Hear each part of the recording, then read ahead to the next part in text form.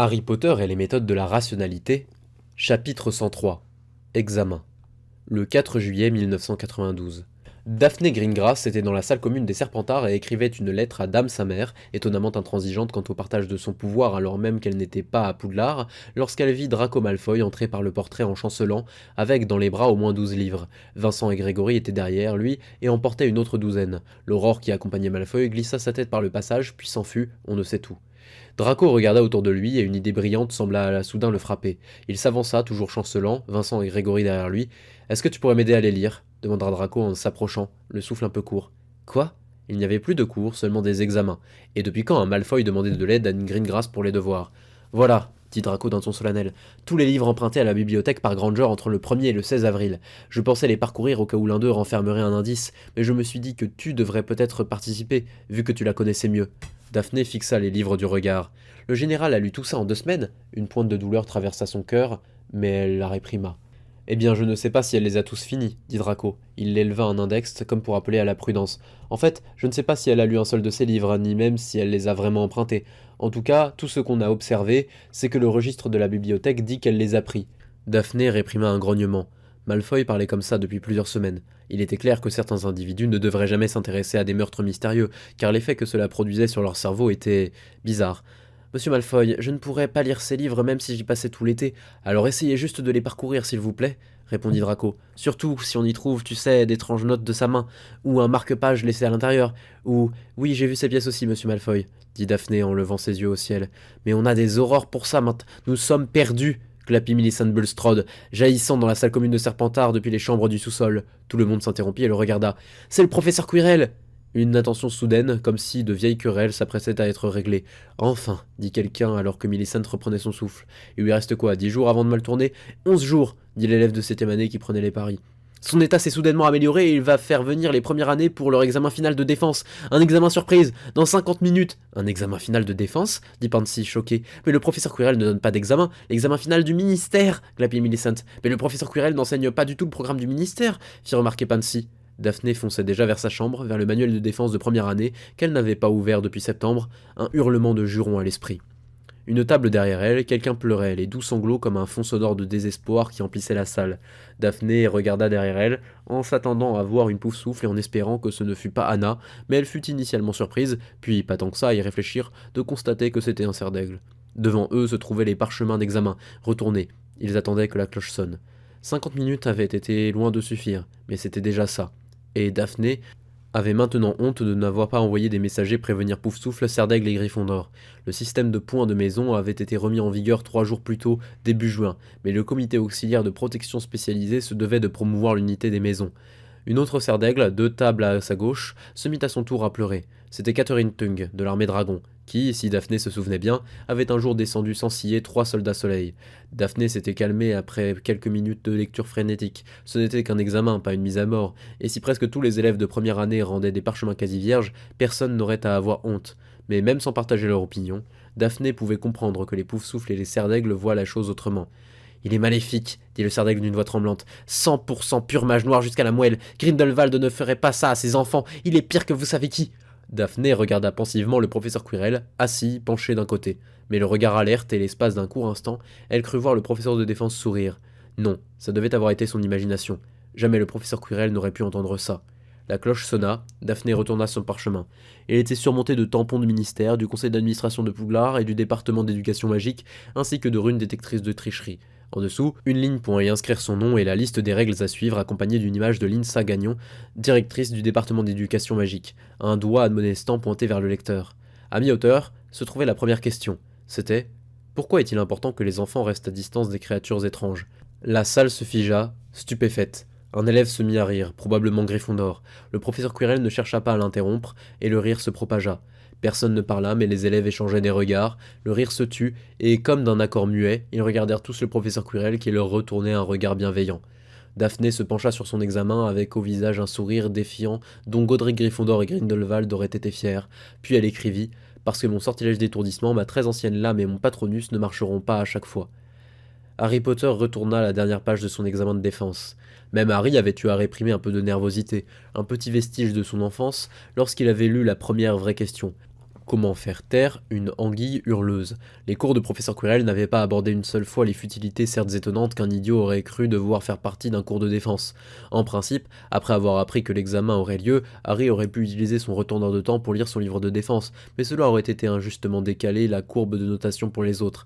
Après avoir contemplé la question pendant quelques secondes, Harry avait écrit sortilège de silence et avait ajouté les instructions au cas où l'employé du ministère chargé de le noter refuserait de croire que Harry connaissait ce sort. Après qu'il eut décidé de répondre correctement aux questions, tout était allé plus vite. La réponse la plus réaliste à plus de la moitié des questions était sortilège d'étourdissement, et de nombreuses autres avaient des réponses optimales proches comme se retourner et marcher dans l'autre sens, ou jeter le fromage à la poubelle et s'acheter de nouvelles chaussures. La dernière question de l'examen était: que feriez-vous si vous pensiez qu'un serpent mitaine était sous votre lit? Harry se souvenait que la réponse officiellement approuvée par le ministère était de le dire à ses parents. Le problème, c'était que c'était la première chose à laquelle Harry avait pensé, et c'était pour ça qu'il s'en souvenait. Après un peu de réflexion, il écrivit: Cher examinateur du ministère, j'ai bien peur que la bonne réponse ne soit secrète, mais soyez assuré qu'un serpent mitaine ne me poserait pas plus de problèmes qu'un troll des montagnes, qu'un détraqueur ou que vous savez qui.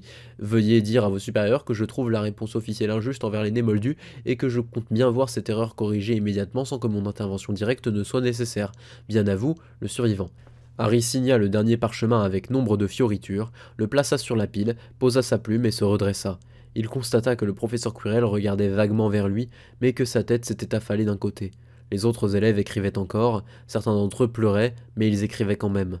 Continuer de combattre était une autre leçon que le professeur Quirrell leur avait enseignée. Infiniment plus tard, l'examen arriva à son terme. Une élève de 7e année alla de table en table pour récupérer les parchemins à la place du professeur Quirrell. Lorsque ce fut fait, le professeur Quirrell se redressa. « Mes jeunes élèves, dit-il doucement. » L'élève de 7e année avait sa baguette pointée vers la bouche du professeur de défense, si bien que tous entendaient la voix du professeur aussi clairement que s'il avait été à côté d'eux. Je sais que vous avez été nombreux à avoir peur. C'est une autre peur que d'être face à la baguette de l'ennemi.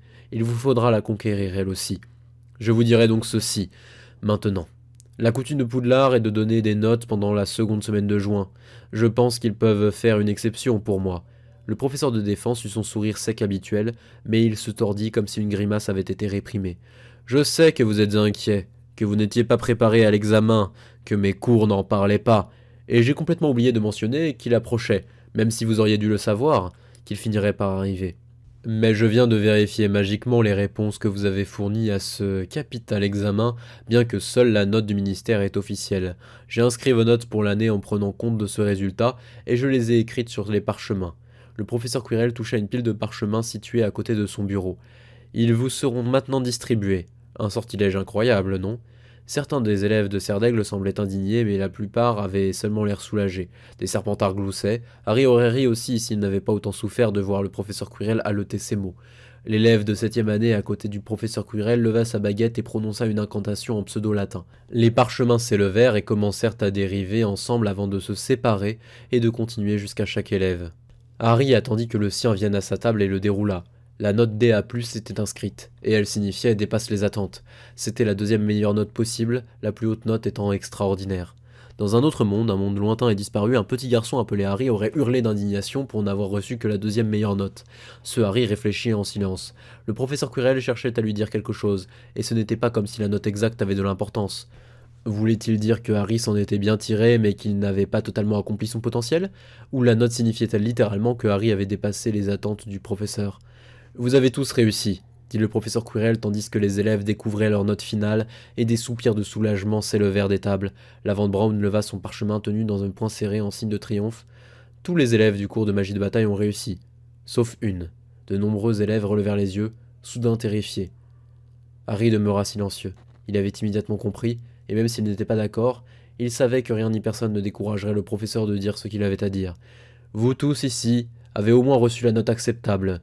Neville Londubat, qui a passé l'examen depuis la maison Londubat, a reçu la note extraordinaire, mais l'autre élève qui n'a pas reçu, qui n'est pas là, a reçu la note affreux, car elle a échoué le seul examen d'importance qu'elle ait à passer cette année. Je lui aurais bien donné une note encore plus basse, mais ça aurait été de mauvais goût. La salle était silencieuse, mais de nombreux élèves regardaient le professeur avec colère. Vous pensez peut-être que la note affreux est injuste, que mademoiselle Granger a fait face à un test à laquelle ses leçons ne l'avaient pas préparé, qu'on ne lui avait pas dit que l'examen viendrait ce jour-là. Le professeur de défense inspira avec difficulté. Ainsi va le monde réel. dit le professeur Quirrell. Le seul véritable test peut arriver n'importe quand, mieux vaut s'y préparer. Quant au reste d'entre vous, ceux qui ont reçu EE ou plus, vous avez reçu mes lettres de recommandation. Pour certaines organisations par-delà les côtes de Grande-Bretagne, où votre entraînement pourra s'achever.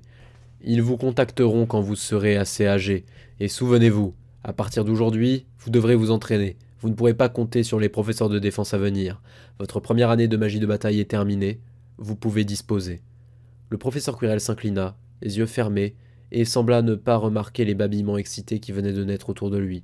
La plupart des élèves finirent par partir, et un seul demeura à une certaine distance du professeur de défense. Le professeur ouvrit les yeux, Harry tenait le parchemin, et son EE+, toujours muet. Le professeur de défense sourit, et le sourire atteint jusqu'à ses yeux fatigués. C'est la même note que celle que j'avais reçue en première année. Mais Harry ne parvint pas à faire sortir le mot merci de sa gorge soudain nouée.